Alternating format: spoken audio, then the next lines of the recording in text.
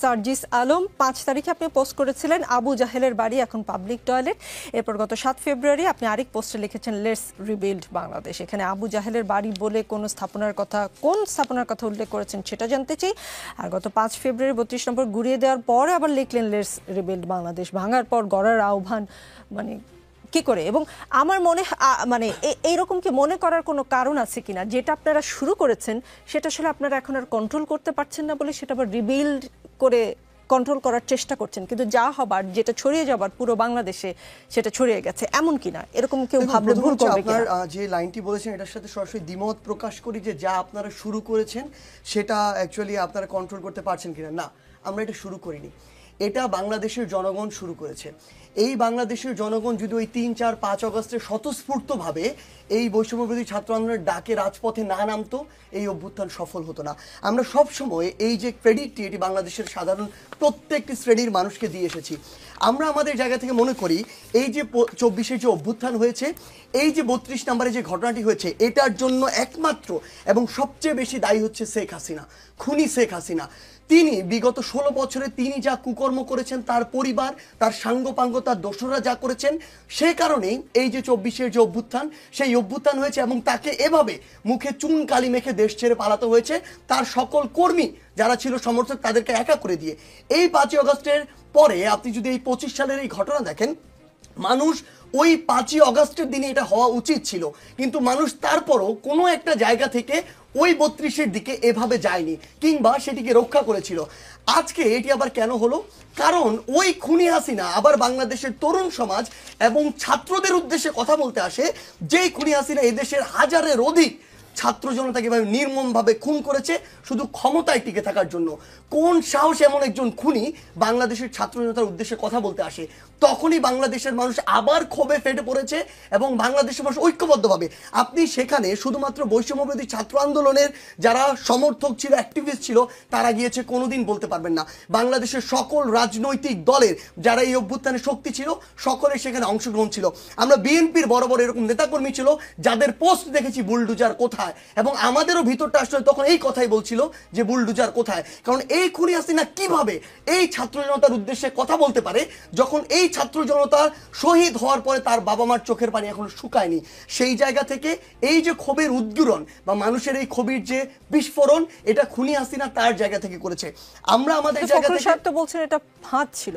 দেখুন, আমরা আমাদের জায়গা থেকে যে জিনিসটি মনে করি, দেখুন তিনি যে কোনো একটা নির্দিষ্ট অ্যাঙ্গেল থেকে বলতে পারেন কথাটি, কিন্তু আমরা আমাদের জায়গা থেকে মনে করি আমরা যদি এই জায়গাটাতে মানে এটা যদি তার ফাঁদে পা দেয়া হতো তাহলে তার পরের দিনই আমরা আমাদের জায়গা থেকে কখনোই এই পজিশনে আসতাম না। Let's rebuild Bangladesh. একটা উদাহরণ একটু দেন, আপনার কথা বলতে সুবিধা হবে।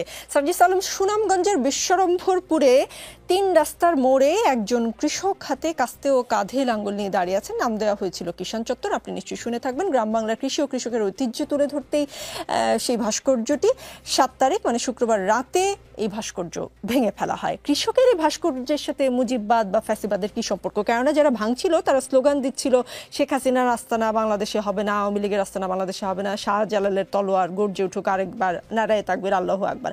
নাকি যারা এটা ভাঙতে গিয়েছে তারা আসলে ফ্যাসিবাদের চিহ্ন মুছতে গেছে, তারা নিজেরাই জানে না কোনটা ফ্যাসিবাদ আর কোনটা ফ্যাসিবাদ না। দেখো না, মানে আমাদের জায়গাটা একদম স্পষ্ট। আমরা আমাদের জায়গায় বাংলাদেশের সকল বিভিন্ন মত, বিভিন্ন দল, বিভিন্ন ধর্ম, বিভিন্ন চিন্তাভাবনার মানুষের একটা সংমিশ্রণ রয়েছে। আমরা আমাদের জায়গা থেকে এই চিন্তাভাবনাগুলোকে শ্রদ্ধা করতে চাই। যখনই দেখুন বাংলাদেশে যখন বিভিন্ন জায়গায় এভাবে মাজার ভাঙার একটা মানে কথা শোনা যাচ্ছিল বা এরকম একটা বিভিন্ন দিক থেকে এরকম শব্দ আসছিল, আমরা আমাদের জায়গা থেকে কিন্তু এই কথাটাও বলেছিলাম যে এই যে ভাঙার প্রক্রিয়াগুলো এগুলো কিন্তু স্থিতিশীলতার পরিচয় নয়। তা ওই জায়গার যে মানুষগুলো রয়েছে যেগুলো ওইমুখী, সেই মানুষগুলোকে আমরা আমাদের জায়গা থেকে সরাসরি ওই মানুষগুলোর বিপরীতে গিয়ে এভাবে দাঁড়িয়ে যেতে পারি না। আমাদের কোনো একজন মুসলিমের তার জায়গা থেকে মুসলিমের যে ইসলামিক মূল্যবোধ সেই জিনিসটি থাকতে পারে, আবার আরেকজনের অন্য একটি বিষয় থাকতে পারে। যদি এই বিষয়টি কোনো একটি বড় চেতনার সাথে সরাসরি সাংঘর্ষিক না হয় তাহলে সেই বিষয়টির বিরুদ্ধে এভাবে আমরা আমাদের জায়গা থেকে দাঁড়িয়ে যেতে পারি না। কারণ আমরা স্পষ্ট একটা জিনিস মনে করি, ধর্মের সাথে রাষ্ট্রের একটা আলাদা পার্থক্য রয়েছে। একটা ধর্ম অন্যান্য যে ধর্মগুলো সেগুলোকে ধারণ নাও করতে পারে কিংবা তার নির্দিষ্ট একটি পরিধি থাকতে পারে, পারে, কিন্তু একটি রাষ্ট্রকে সকলকে ধারণ করতে হবে। মানে আপনি বলছেন সুনামগঞ্জের ঘটনাটা আসলে ফ্যাসিবাদের সাথে জড়িত না, ধর্মের সঙ্গে জড়িত, মানে ধর্মের কারণে কেউ চাইলেই যে কোনো রাষ্ট্রীয় স্থাপনা ভেঙে ফেলতে পারে। প্রথম কথা হচ্ছে, আমি সুনামগঞ্জের আপনি যে ঘটনাটির কথা বলছেন, আমি এই ঘটনা জানি না। কোনো একটি ঘটনা না জেনে আমি আমার জায়গা থেকে সেই ঘটনার প্রেক্ষাপট না জেনে কোনো একটি যুক্তি দিয়ে দিতে পারি না। কিন্তু আমার জায়গা থেকে আমরা এই জিনিসটি মনে করি যে আমরা চাইলেই কোনো একটি জিনিসকে সামনে দেখে মনে হলো এই জিনিসটা আমার চেতনার পরিপন্থী, আমি সেটিকে ভেঙে ফেলতে পারি না।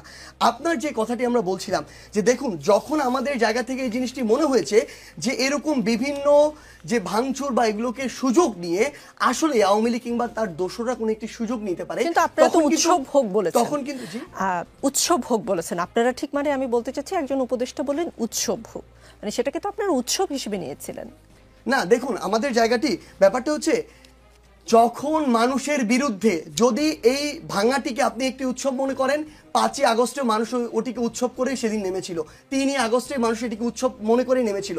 কিন্তু সবচেয়ে বড় যে কথাটি, সেটি হচ্ছে এই উৎসব কারা তৈরি করছে? যারা এই ক্ষমতা পিপাসু হয়ে হাজার হাজার মানুষকে খুন করতে বিন্দুমাত্র দ্বিধা করে না। কিন্তু যে কোনো একটি বিষয় যখন আমার রাষ্ট্রের জন্য আমরা দেখছি যে স্থিতিশীলতার জন্য বা ভালো কিছু নিয়ে আসতে যাচ্ছে না, তখনই কিন্তু আমরা যেভাবে ভালো হয় প্রত্যেক মানুষ, আপনি দেখবেন সেদিনও বিভিন্ন রাজনৈতিক দলের নেতাকর্মীরা বাংলাদেশকে নতুন করে গড়ার ইঙ্গিত দিয়েছেন।